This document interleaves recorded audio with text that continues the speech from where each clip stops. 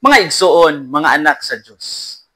Nganong Immaculada Concepcion man ang prinsipal nga patron sa Pilipinas.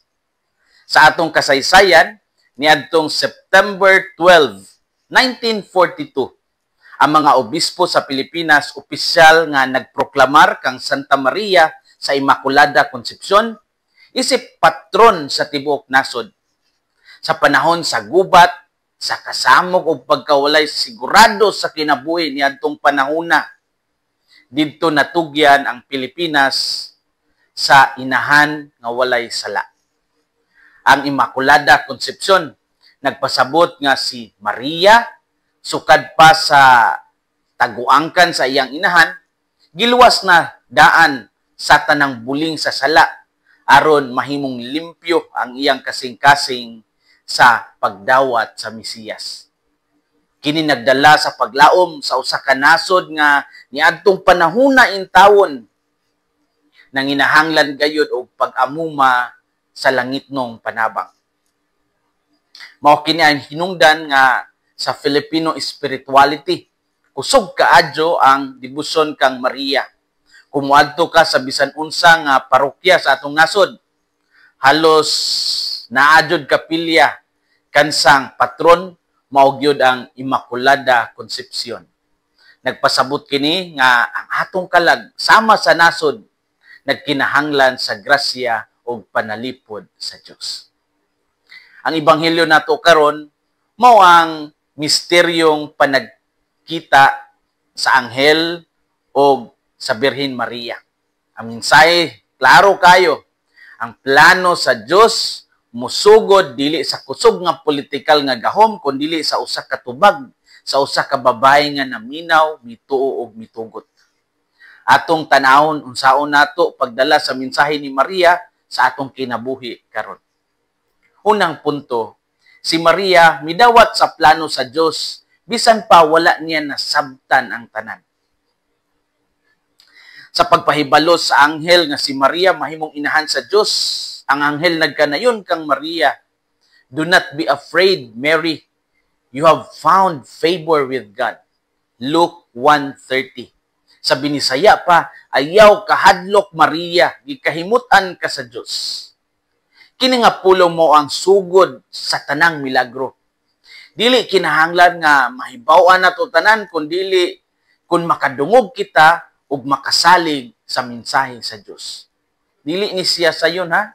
Sa tinuod lang, mo nang hinungdan nga daghan ang dili motuo sa mensahe sa Ginoo kay gusto ta og controlled o klarong instruction daan.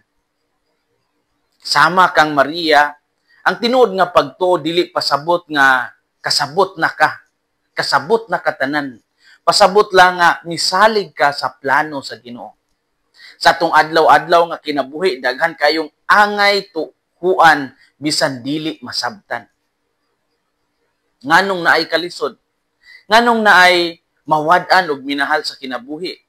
Nganong kinahanglan man nga musinati pud ta og mga pagsulay? Usahay ang tubag, maulang yun, ayaw kahadlok, kay adunay pabor ang Dios sa imong kinabuhi. Busa, kung ikaw nag-atubang karon og kalisod, kahadlok sa future, nag-atubang ka og sakit, relational struggles, financial crisis, makakuha ka og inspirasyon kang Maria. Wala siya giingnan, sayon ra ni. Giingnan siya, ayaw kahadlok. Ug tungod sa iyang pagdawat, ang plano sa kaluwasan ni sugod. Si Maria, nidawat sa plano sa Dios, bisan pa, wala niya masabtan ang tanan. Ikaduhang punto, si Maria mitahan sa iyang kinabuhi. Si Maria wala nagpa-exempted sa iyang pagdawat sa plano sa Dios. Iyang gidawat nga siya. Ang iyang kaugalingong kinabuhi mausab pod aron matuman ang planong kaluwasan alang sa tanan. Wala gyud siya niingon nga, okay kayo ng plano sa Ginoo, pero ayaw lang ko i-appeal. Unsa iyang gisulti?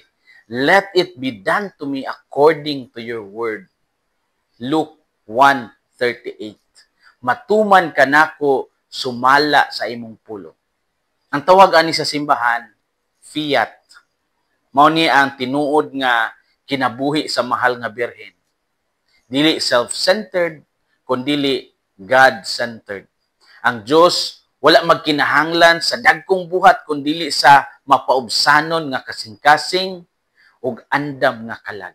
Fiat, yes. Ug mao kini si Maria, mapaubsanon ug wala nagpaimportante-importante.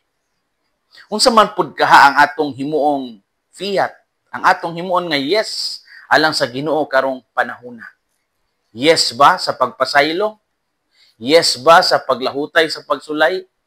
Yes ba sa pagpadayon sa pagkamaayo?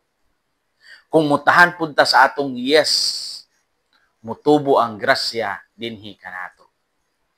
Si Maria mitahan sa iyang kinabuhi. Story time. Niadtong 1858 sa Lourdes, France, ang usa ka pobreng batang babae nga si Bernadette Soberó nakakita og usa ka dalaga nga hastang kagwapa ug hastang kaputi. Pagpangutana niya kung kinsa siya, miingon ang dalaga, I am the Immaculate Conception.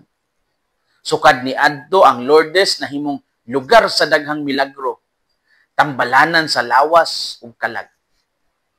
Ug karon ang Lourdes usa na sa mga ginadayo nga lugar for pilgrimages. Dili lang sa mga Katoliko, kundi bisan gani mga non-Catholics. Dito sa Lourdes, France, naanay hospital, naanay mga kapilya ug libo-libo ang natambalan gikan sa nagkalaing klase nga sakit.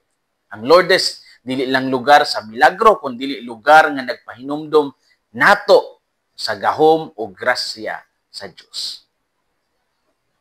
Mga igsoon, mga anak sa Dios, si Maria nahimo nga inahan sa pagtuo tungod kay midawat siya sa plano ug mitugot sa plano sa Dios.